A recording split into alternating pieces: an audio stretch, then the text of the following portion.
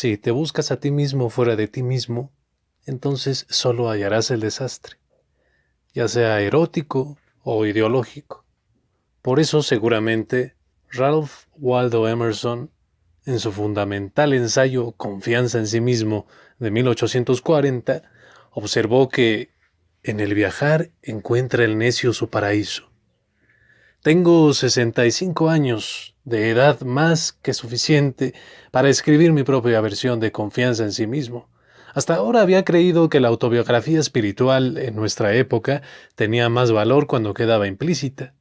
Pero llega un momento en que intuyes casi todo lo que te queda por aprender y en el que te das cuenta de que, por mucho más que vivas, leas y medites, tu yo no se alterará demasiado.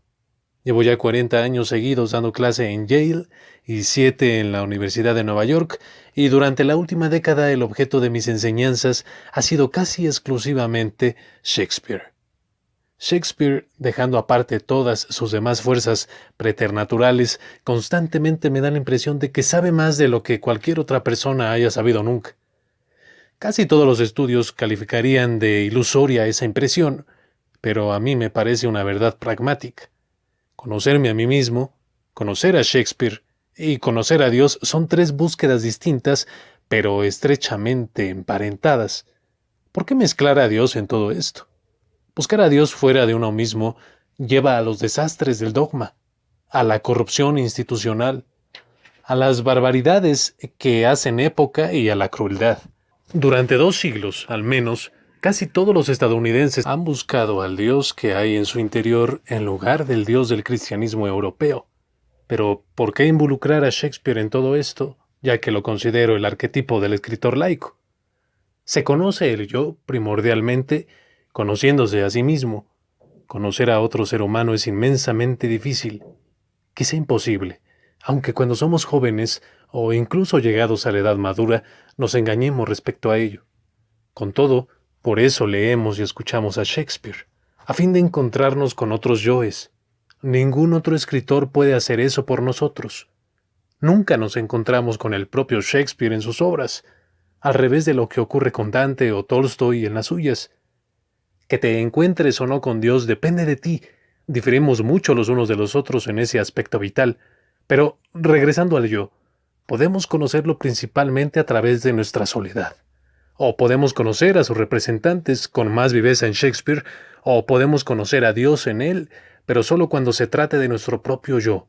Quizá los más grandes místicos, poetas y enamorados han sido capaces de conocer a Dios en otro yo, pero me siento escéptico respecto de que esta posibilidad aún se dé en nuestra época, con el milenio abalanzándose hacia nosotros. Incluso la más espiritual de las autobiografías es necesariamente una canción del yo. A los 65 años, no estoy seguro de cuándo nació el mío. No puedo localizarlo en mis recuerdos de infancia. Y, sin embargo, estoy seguro de su presencia al evocar algunas lecturas de ciertos autores, concretamente los poetas William Blake y Hart Crane, cuando tenía unos 9 o 10 años. En mi caso, al menos, el yo tuvo un nacimiento tardío, o segundo nacimiento, al leer poesía visionaria, una lectura que, implícitamente, era un acto mediante el cual conocía algo que existía dentro de mí, pero que antes había ignorado. Hasta más tarde no resultó evidente para mí esta revelación. Blake y Crane, al igual que otros grandes poetas, tienen el poder de hacer que sus lectores sean conscientes de una implícita capacidad de respuesta, de unas posibilidades del yo que previamente les habían pasado inadvertidas. Podría calificarse esa sensación de posible sublimidad o de algo eternamente a punto de ser, como lo denominó el poeta William Wordsworth. Emerson, defendiendo la confianza en sí mismo, preguntaba: ¿qué es el yo primigenio sobre el que hay que basar una confianza universal? Su respuesta fue un poder primordial, o fuerza profunda, que descubrimos en nuestro interior. Emerson encontró su fuerza profunda en la elocuencia de ciertos sermones. Para mí, procedía de determinados pasajes de Blake y Crane que todavía me obsesionan. Dios aparece y Dios es luz para aquellas pobres almas que moran en la noche. pero muestra una forma humana a aquellos que moran en los reinos del día. De Augurios de Inocencia. Y así fue como entré en el mundo roto para buscar la compañía visionaria del amor, su voz, un instante en el viento, no sé hacia dónde soplaba, pero poco persistía de cada elección desesperada. De La Torre Rota. Hoy día en los Estados Unidos son muchos los que proclaman a diestro y siniestro que tienen un don, cuando de hecho lo único que tienen y cultivan es resentimiento. Para Emerson, tener el don de la elocuencia y la visión equivalía a tener confianza en sí mismo. Y quiero partir de este concepto para explicar lo que entiendo por mero gnosticismo, tomando mero en su sentido de puro, simple y que no tiene mezcla de otra cosa. Cuando eres joven, enamorarse de la gran poesía significa ser consciente del potencial del yo de una manera que poco tiene que ver inicialmente con el conocimiento. El potencial del yo, considerado como un don, afecta a la propia inmortalidad, no en el sentido de trascender la muerte, sino de despertar al conocimiento de un elemento del yo que no puede morir, pues nunca nació. Es una sensación curiosa la que tienes cuando eres joven al darte cuenta de que ya no eres del todo el hijo de tus padres naturales. Freud minimizó esa sensación y la redujo a la fantasía del niño cambiado por otro, en la que te imaginas que eres un niño del país de las hadas cambiado por error por un niño humano o raptado por unas personas que posteriormente se hicieron pasar por tus verdaderos progenitores. Pero ¿es solo una fantasía que excita en tu yo un elemento mágico u oculto anterior a cualquier otro de sus componentes? Leer libros serios durante la infancia fue antaño la norma para muchos de nosotros. El exceso de estímulos visuales y auditivos que se da en la actualidad hace que esa clase de lecturas sea inusual, y sospecho que las fantasías de ser un niño raptado o cambiado por otro han disminuido al mismo tiempo que lo ha hecho la experiencia precoz de las lecturas serias. A más de medio siglo de distancia de la primera vez que leí y amé la poesía con profunda intensidad, ya no recuerdo exactamente qué sentí. Sin embargo, puedo recordar cómo lo sentí. Fue una embriagadora sensación de elevarse por encima de todo, cuya única causa era la magia del lenguaje, pero de un lenguaje muy distinto de las letras de las actuales canciones de moda. El lenguaje de Blake y Hart Crane, de Marlowe, Shakespeare y Milton trascendía su belleza torrencial, su elevada y excitada música verbal, y ofrecía los placeres de un pensamiento desbocado, de un pensamiento que transformaba la naturaleza exterior de uno al tiempo que le revelaba una identidad interior, un yo dentro del yo, hasta entonces desconocido. Gilbert K. Chesterton, el más agudo de los escritores católicos modernos, ya lo advirtió. Que Jones adore al Dios que hay dentro de él acaba significando a la larga que Jones adore a Jones. Hay que distinguir de inmediato el mero gnosticismo de la adoración del yo. Bloom no desea adorar a Bloom, lo que, después de todo, tampoco sería una gran experiencia religiosa. Nuestra degradación contemporánea del gnosticismo se arropa con el nombre de movimiento de la nueva era, un abanico lo suficientemente amplio para abarcar a Shirley MacLaine y a la señora Arianna Huffington, en el que la señorita MacLaine adora a la señorita MacLaine, quizá con cierta justificación, y la señora Huffington reverencia a la señora Huffington, quizá menos justificadamente. Han existido, desde luego, importantes místicos gnósticos, tales como el sufí chiita al-Alaj, que fue ejecutado en Bagdad en el año 922, supuestamente por proclamar «Yo soy la verdad absoluta». Pero el mero gnosticismo, tal como yo lo concibo, es bastante más modesto y puede transmitirse de una manera menos estática. Vuelve una vez más a tus primeros recuerdos, no de tus contextos ni de tu yo empírico, sino de tu yo más profundo, tu idea de tu propia individualidad. Lo que yo recuerdo debe de ser bastante parecido a lo que muchos, sin duda, recuerdan. Una especie de despertar en el que tanto el mundo como el yo parecían en sintonía el uno con el otro, hasta el punto de que las apariencias adquirían una especie de resplandor, aunque solo temporalmente. Una experiencia trascendental de este tipo puede ser simplificada por el psicoanálisis o por otros métodos de explicar las cosas, pero ¿por qué hemos de sentirnos obligados a simplificarla? El mejor ejemplo de esta falacia simplificadora son aquellos, todos los conocemos, que nos formulan esta pregunta referente a alguien con quien tenemos cierta intimidad. Bueno, dime, ¿cómo es esa persona realmente? Se lo decimos y ellos replican, no, me refiero a cómo es realmente. Y de pronto comprendemos que lo que quieren decir es ¿qué es lo peor que puedes decir de esa persona que sea cierto o bastante cierto? Ninguna manifestación del espíritu humano sobrevive a esa simplificación. La nueva era, una entretenida e inacabable saturnal de anhelos mal definidos, no es tanto un producto de la contracultura como parece a primera vista. Sus orígenes son una vieja combinación de ocultismo y una fe sincrética a medio camino entre sentirse bien y los buenos sentimientos. La música rock, el auténtico signo o estandarte de la contracultura, es algo que antaño fue una variante de la religión nativa estadounidense, por breve y secular que fuera, y que tuvo una breve semejanza con las prédicas que han engendrado creencias permanentes entre nosotros: mormonismo, pentecostalismo, adventismo. Su momento pasó, probablemente en el invierno del 69 al 70, cuando su intensidad espiritual alcanzó un breve apogeo y algunos de mis alumnos más sensibles me aseguraban que un concierto de Jefferson Airplane era para ellos una experiencia mística. Sin duda lo era, puesto que lo escuchaban colocados. Lo triste de la revelación anestésica es que la música se acaba, el efecto de la droga desaparece y no queda ninguna consecuencia espiritual, o al menos no queda una conciencia que pueda expresarse con palabras. Eso, sin embargo, resulta preferible a la prosa de la nueva era, que es de una vacuidad increíble.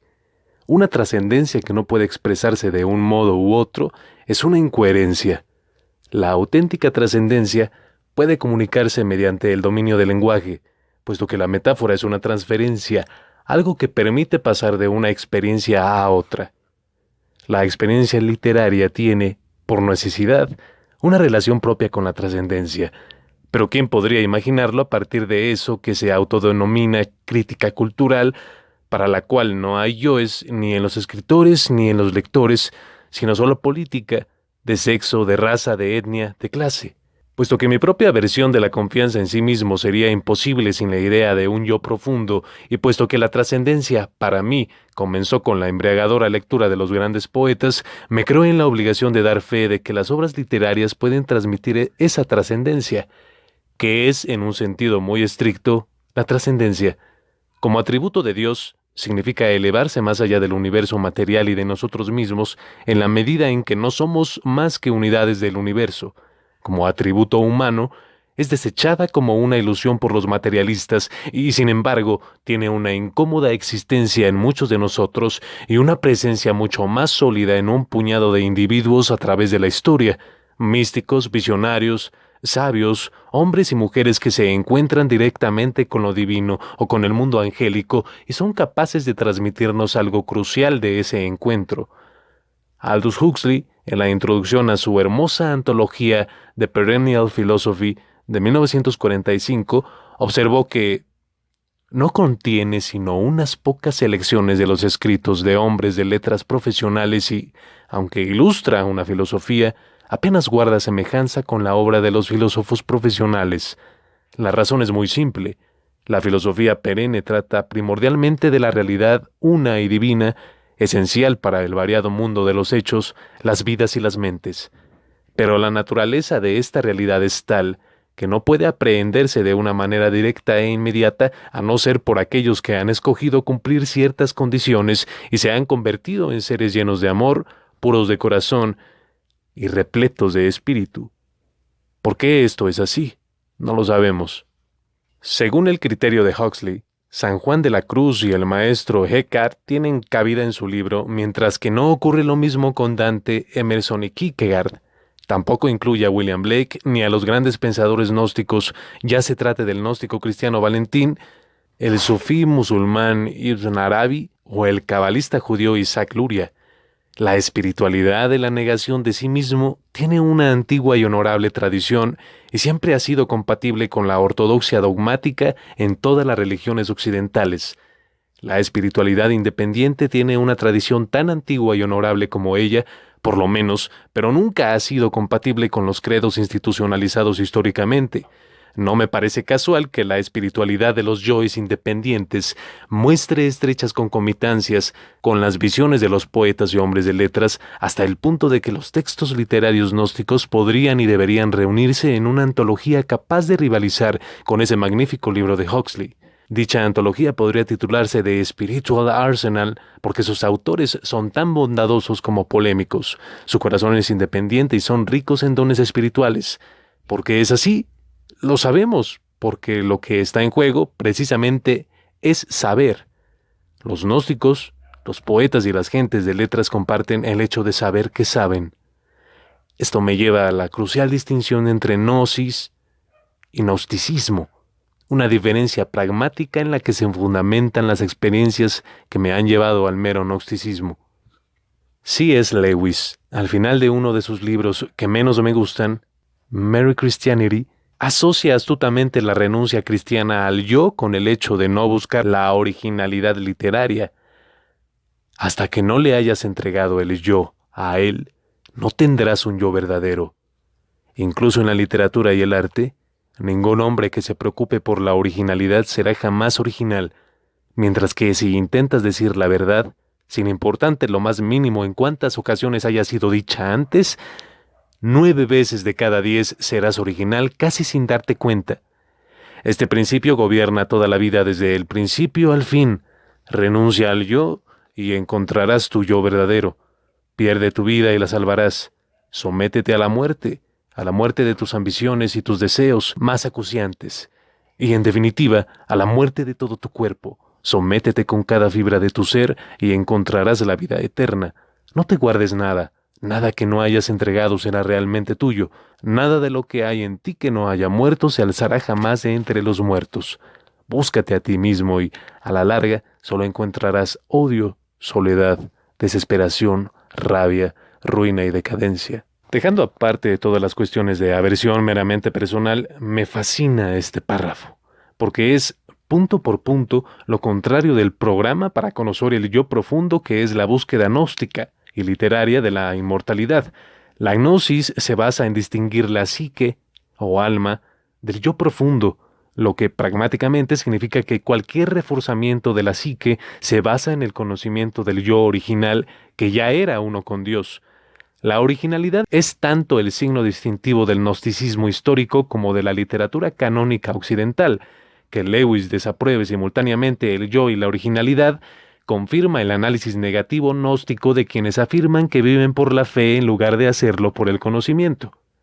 La fe cristiana es pistis, la creencia de que algo fue, es y será.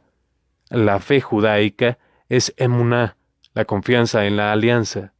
Islam significa sumisión a la voluntad de Alá, tal como se expresa a través de su mensajero Mahoma, el mayor de los profetas, pero la gnosis no es una fe en algo, ni una confianza, ni una sumisión. Por contra, se trata de conocer a Dios y de que, al mismo tiempo, Él te conozca. No pretendo afirmar que sea este un proceso simple.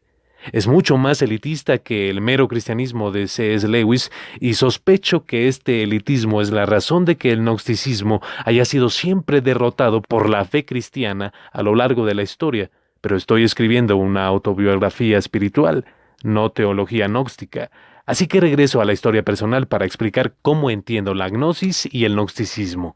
No tienes que ser judío para sentirte abrumado por la carnicería cometida por los alemanes contra los judíos europeos, pero si has perdido a tus 4 abuelos y a casi todos tus tíos, tías y primos en el Holocausto, las enseñanzas ortodoxas judaica, cristiana y musulmana de que Dios es a la vez todopoderoso y bondadoso, despertarán en ti ciertos recelos, pues tendríamos un Dios que toleró el Holocausto y ese Dios es simplemente intolerable, ya que si su bondadosa omnipotencia fue compatible con los campos de exterminio, entonces o está loco o es un irresponsable. Un cosmos tan repugnante, una naturaleza de la que forma parte la esquizofrenia, resultan aceptables para la ortodoxia monoteísta como parte del misterio de la fe.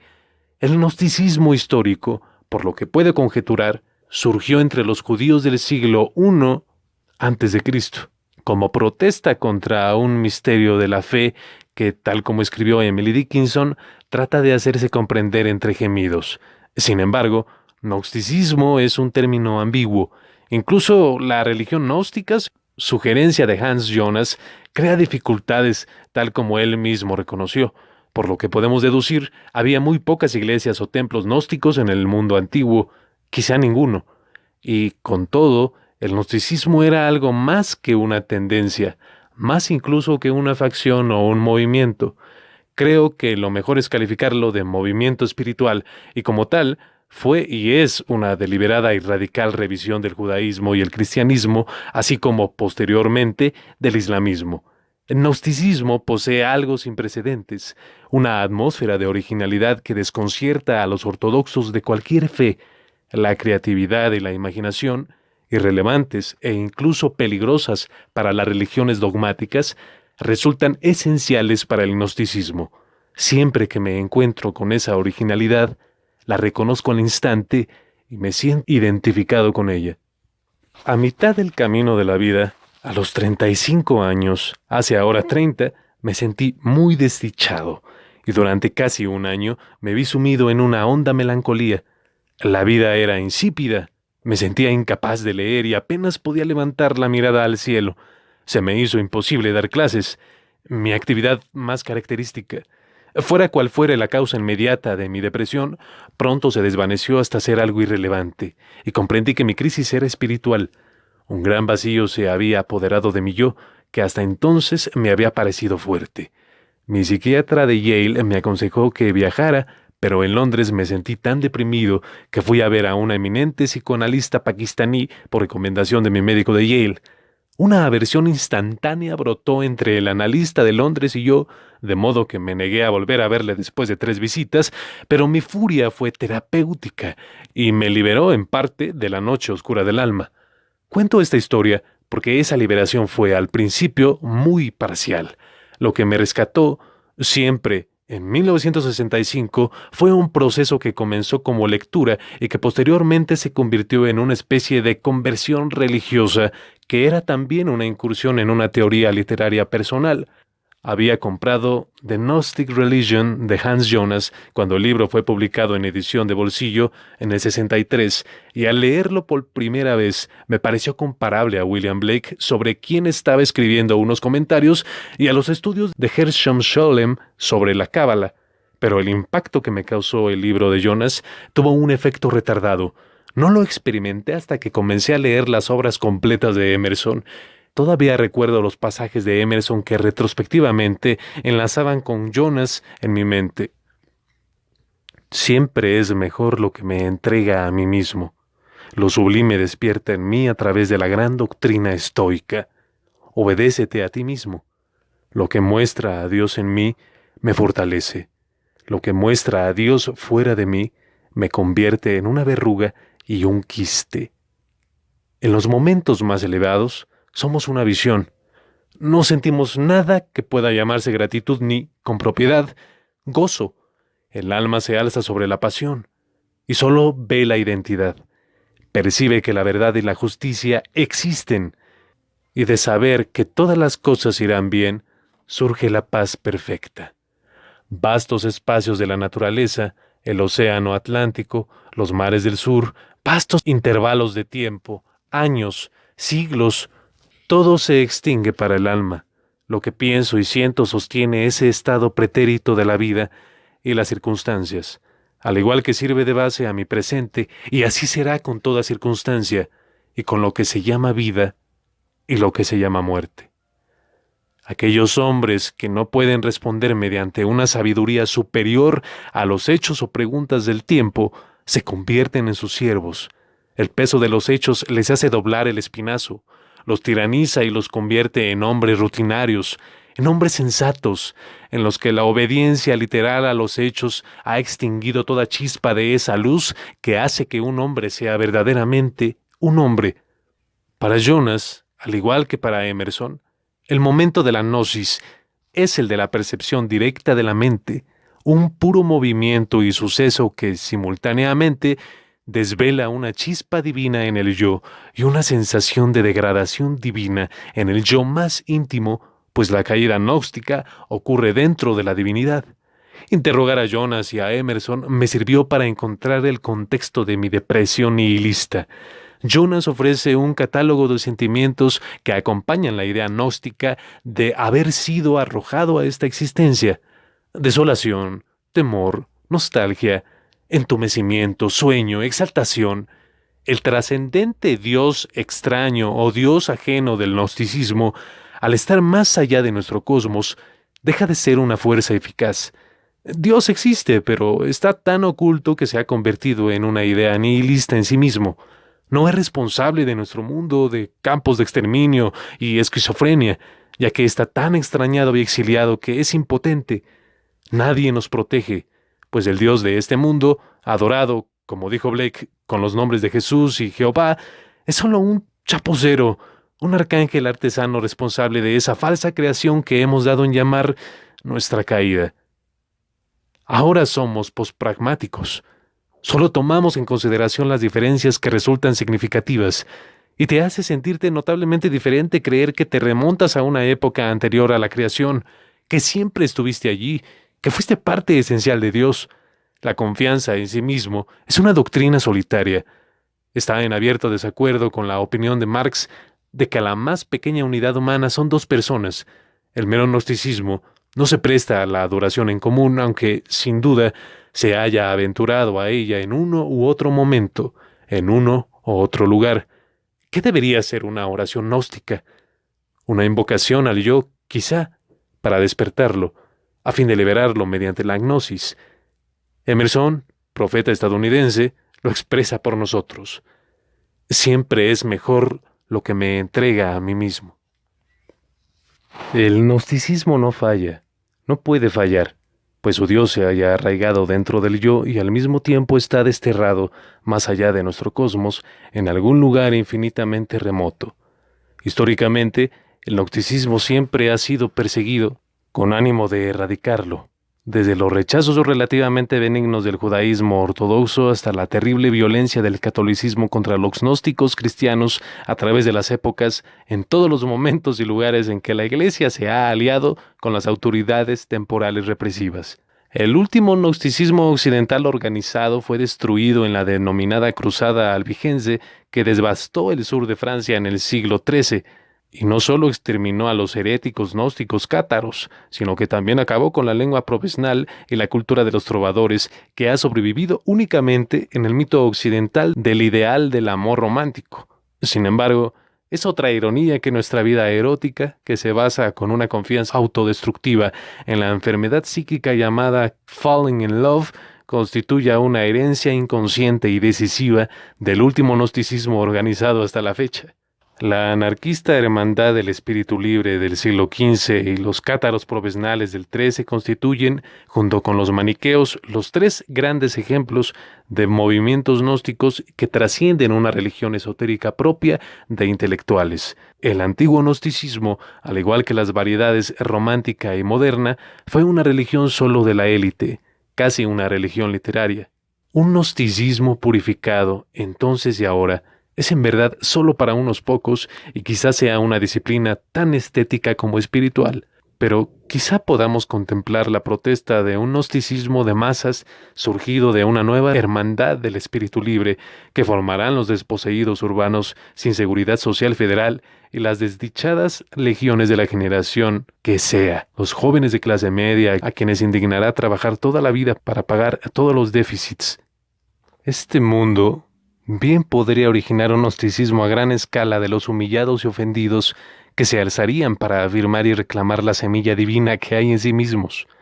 Si triunfara ese mundo, puro y duro, tal vez la única confianza en sí mismos que les quedará a los desposeídos fuera una resistencia de inspiración religiosa. Como a todo el mundo, me gustaría desechar estas ideas como mera fantasía antes que ver nacer un mero gnosticismo producto del shock del futuro.